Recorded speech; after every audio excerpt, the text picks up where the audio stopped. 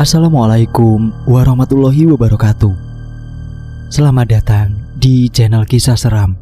Pada kesempatan kali ini saya akan membacakan cerita yang berjudul Kisah Mistis Pencari Belut. Cerita ini ditulis oleh akun Kaskus Bumi Itu Bulat 123. Dan jika kalian ingin membacanya langsung, kalian bisa kunjungi linknya, sudah saya taruh di deskripsi video. Dan buat kalian yang baru bergabung di channel ini adalah channel audiovisual yang menceritakan sebuah cerita untuk disajikan kepada kalian para pendengar. Jangan lupa subscribe dan nyalakan tombol notifikasinya agar kalian tidak ketinggalan cerita-cerita terbaru dari channel ini.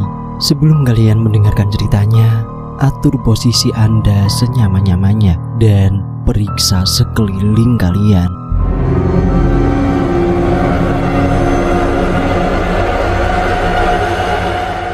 Baik, kita langsung saja ke ceritanya. Kisah mistis pencari belut. Sebelum berangkat, semuanya sudah disiapkan. Senter sudah dicas, pedang tumpul sudah siap, wadah sudah siap, dan air minum pun sudah oke.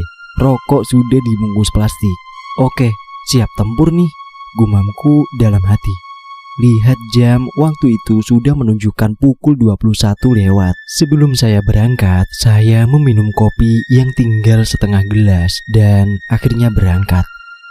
Berjalan 1 menit, sampailah aku di sawah di sebelah barat desa. Memandang lepas, banyak sinar senter di tengah sawah.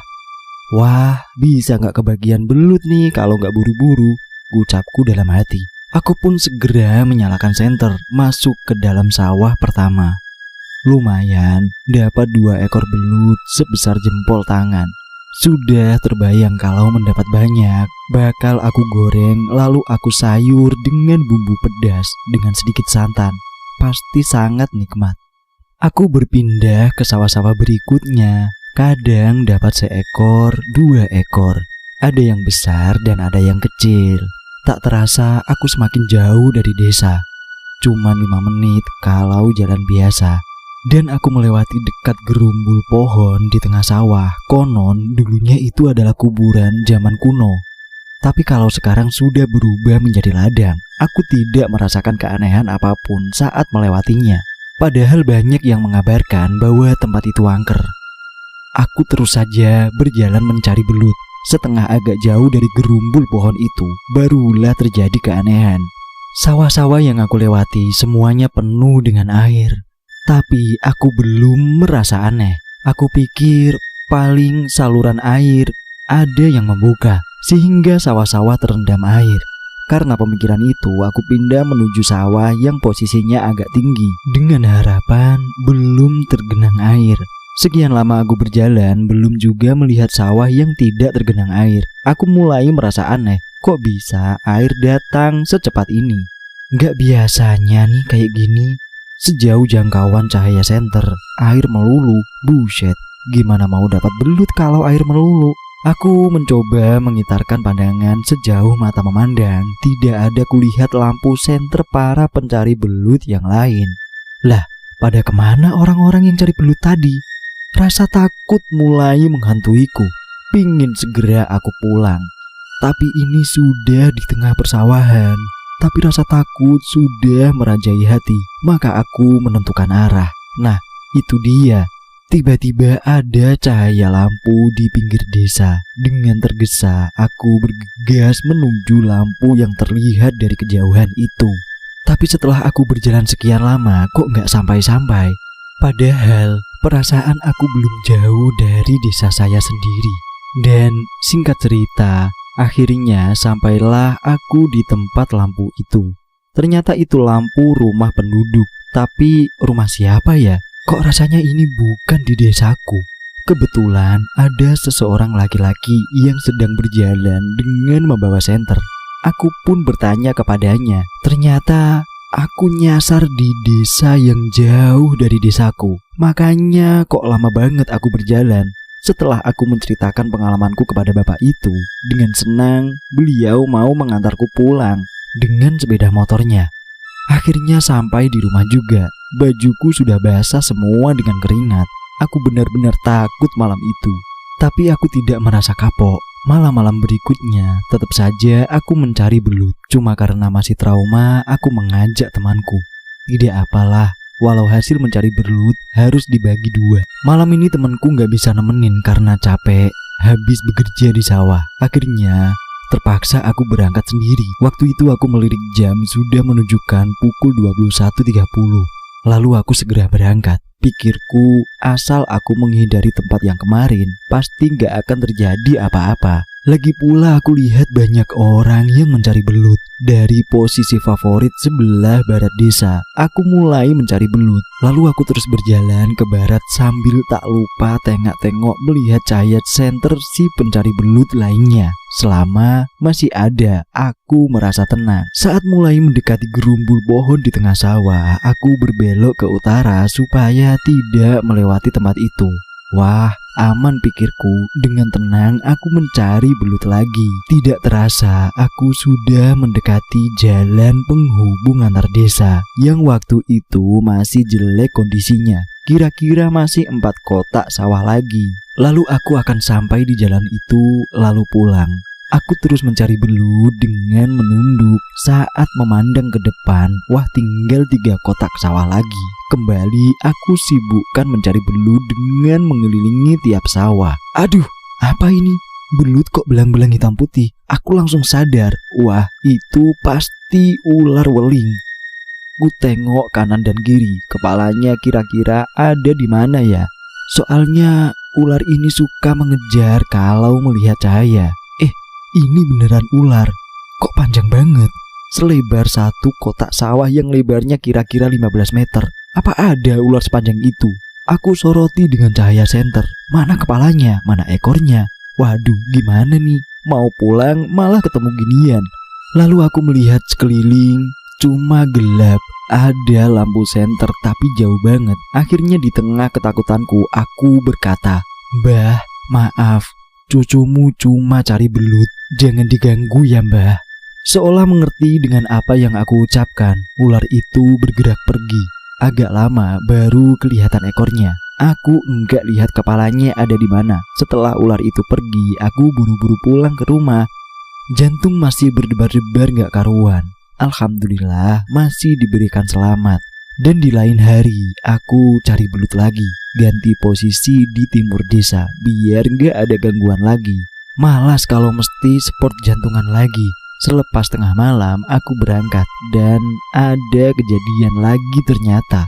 Malam berikutnya, aku mencari belut di timur desa. Walaupun tempatnya lebih serem sebenarnya. Lagi pula sawah di timur desa itu tidak terlalu luas. Hanya saja untuk menghindari gangguan seperti hari-hari yang lalu, aku memutuskan untuk pindah tempat mencari belut. Karena banyak pencari belut, maka aku memutuskan berangkat pada jam 1.30 dini hari supaya keadaan agak sepi dan belut sudah kenyang. Kalau mencari belut selepas maghrib, belut masih jarang atau sulit untuk ditangkap karena masih gesit. Aku mulai dari pinggir desa dan mulai mencari belut dengan hasilnya. Aku sendiri heran, waktu mau berangkat ada sedikit rasa takut. Tapi setelah di sawah, hilang semua rasa takut itu. Hilang tak berbekas. Sedang asyiknya mencari belut, tiba-tiba ada bau yang mengganggu. Hidungku mencium bau kemenyan yang dibakar. Siapa sih malam-malam di sawah merokok kelembak menyan? Pikirku dalam hati. Akhirnya aku cuek lagi. Tapi semakin ke depan, bau kemenyan itu semakin menguat. Masa ada orang merokok di tengah sawah malam-malam begini? Atau orang yang mencari belut sambil merokok? Ku edarkan pandanganku ke sekelilingku. Ada cahaya senter di sana, tapi itu jauh banget. Gak mungkin orang itu yang merokok. Baunya terlalu dekat soalnya. Masih penasaran ditambah agak takut, ku arahkan cahaya senter ke sekelilingku. Gak ada orang satupun. Sudahlah. Lalu aku lanjut mencari belut lagi. Aku pindah ke kotak sawah yang lain. Bau itu masih tercium dan semakin keras ciumannya. Tak lama disusul dengan ada suara. Seperti suara ular kobra yang menyemburkan bisa. Nah, ini nih yang aku takutin. Aku paling takut dengan ular, apalagi yang berbisa. Lalu segera aku sorotkan lampu senter ke arah suara itu. Sepertinya dari pojokan sawah itu. Saat cahaya lampu senter menyorot, tampaklah sesuatu yang membuatku gemetar dan ketakutan. Ternyata di sana ada sesajen di pojokan sawah. Gua baru ingat, ini adalah malam Jumat Kliwon.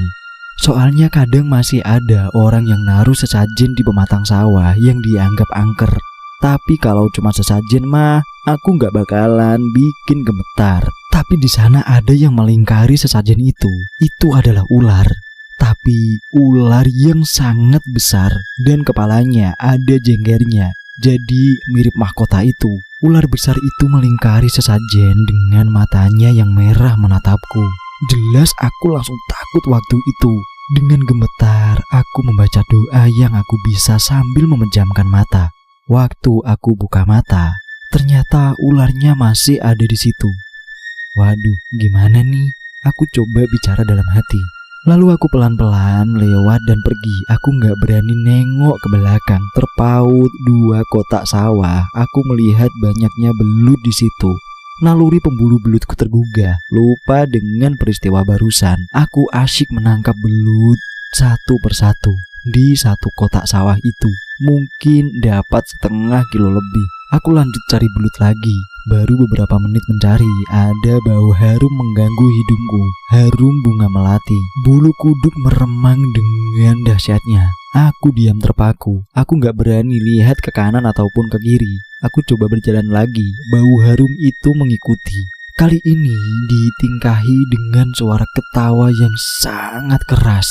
Lalu tanpa babi bu, aku langsung saja lari, nggak pakai tengok kanan dan kiri.